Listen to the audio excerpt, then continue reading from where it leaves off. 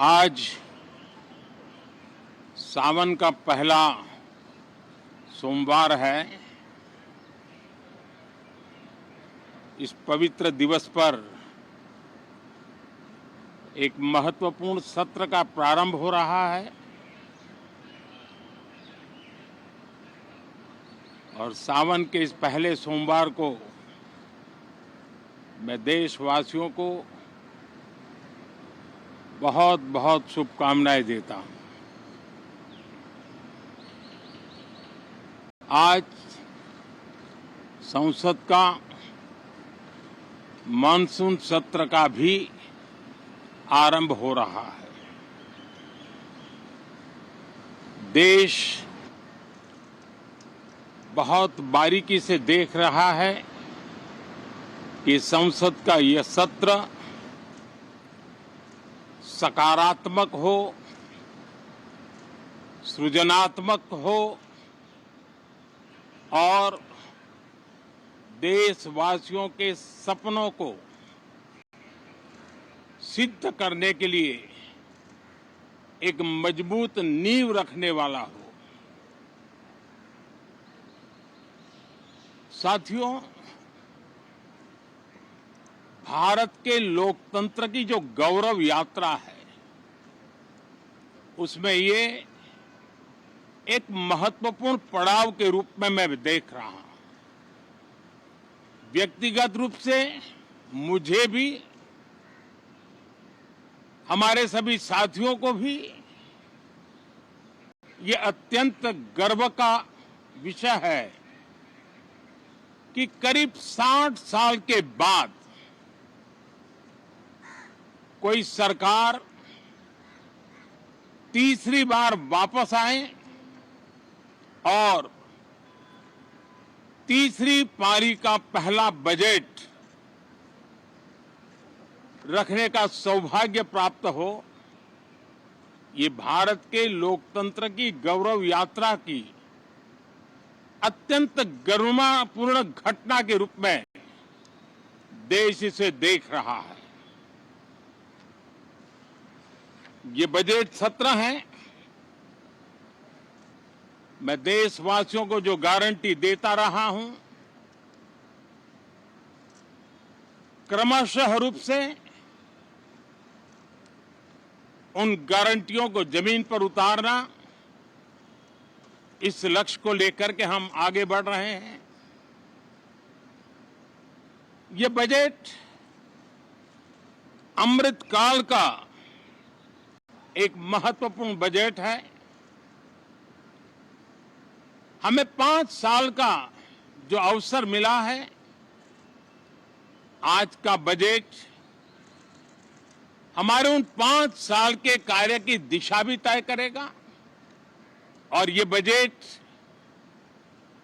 2047 जब आजादी के 100 साल होंगे, तब विकसित भारत का जो हमारा सपना है, उस सपने को पूरा करने की मजबूत नींव वाला बजट लेकर के हम कल देश के सामने आएंगे।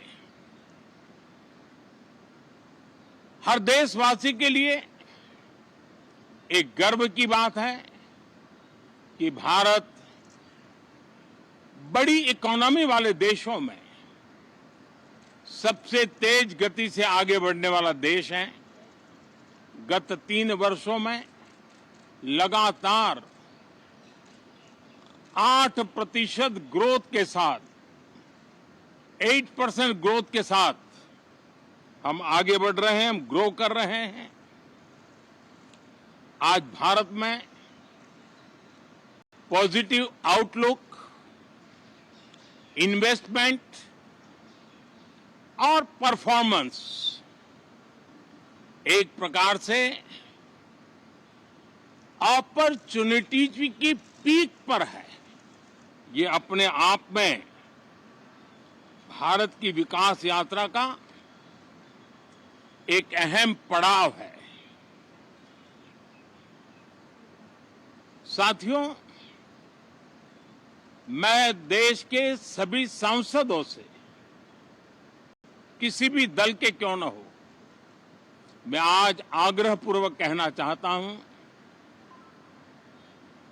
कि हम गत जनवरी से लेकर के हम लोगों के पास जितना सामर्थ्य था, उस सामर्थ्य को लेकर के जितनी लड़ाई लड़नी थी लड़ ली। जनता को जो बात बतानी थी बता दी। किसी ने राह दिखाने का प्रयास किया, किसी ने गुमराह करने का प्रयास किया, लेकिन अब वो दौर समाप्त हुआ। देशवासियों ने अपना निर्णय दे दिया। अब चुने हुए सभी सांसदों का कर्तव्य है, सभी राजनीतिक दलों की विशेष जिम्मेवारी है कि हमने दल के लिए जितनी लड़ाई लड़नी थी लड़ ली। अब आने वाले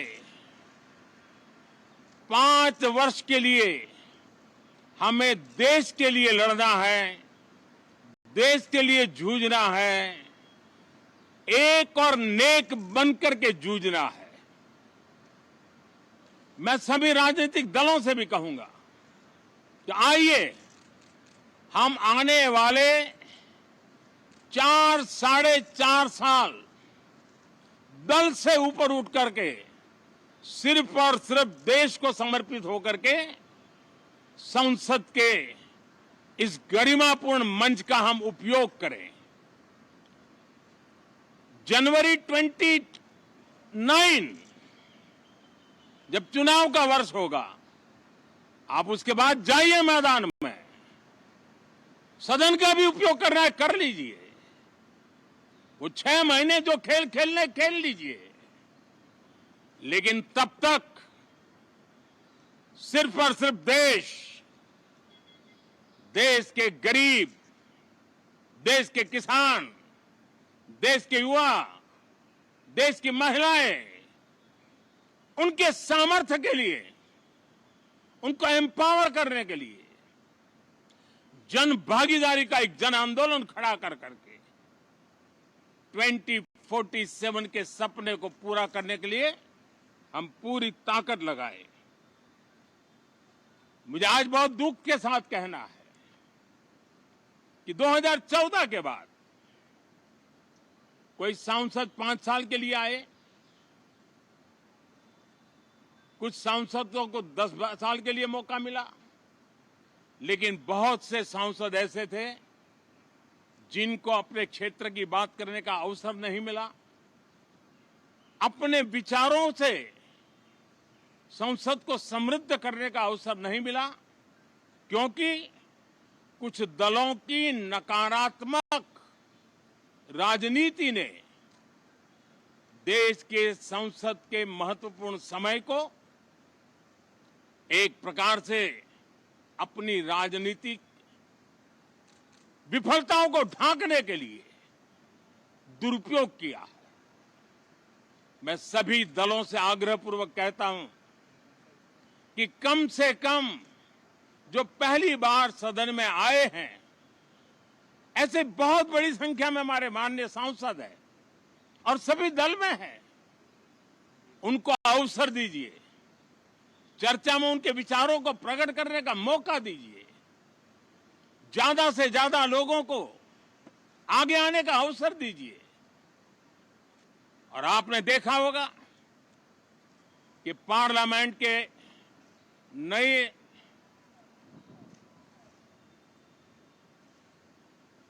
संसद गठन होने के बाद जो पहला सत्र था, 140 करोड़ देशवासियों ने बहुमत के साथ जिस सरकार को सेवा करने का हुक्म किया है देशवासियों ने, उसकी आवाज को कुचलने का अलोकतांत्रिक प्रयास हुआ। 2.5 घंटे तक देश के प्रधानमंत्री का गला घोंटने का, उनकी आवाज को रोकने का, उनकी आवाज को दबाने का लोकतांत्रिक परंपराओं में कोई स्थान नहीं हो सकता है और इसका कोई पश्चाताप तक नहीं है, दिल में दर्द तक नहीं है। मैं आज आग्रहपूर्वक कहना चाहता हूं, देशवासियों ने हमें यहां देश के लिए भेजा है, दल के लिए नहीं भेजा है। ये सदन दल के लिए नहीं, ये सदन देश के लिए है। ये सदन सांसदों तक की सीमा तक नहीं है, 140 करोड़ देशवासियों की एक विराट सीमा करके ये लिए है। मैं विश्वास करता हूं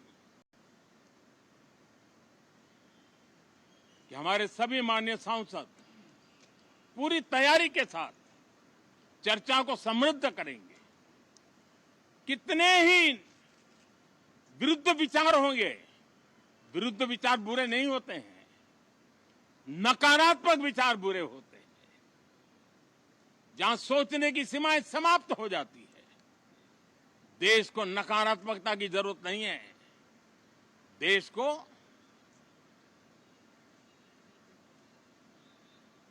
एक विचारधारा,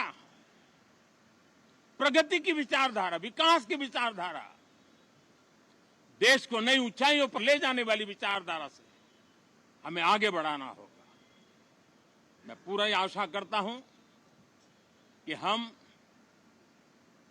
लोकतंत्र के इस मंदिर का भारत के सामान्य मानवीय की आशा आकांक्षाओं को पूर्ण करने के लिए सकारात्मक रूप से उपयोग करेंगे। बहुत बहुत धन्यवाद साथियों।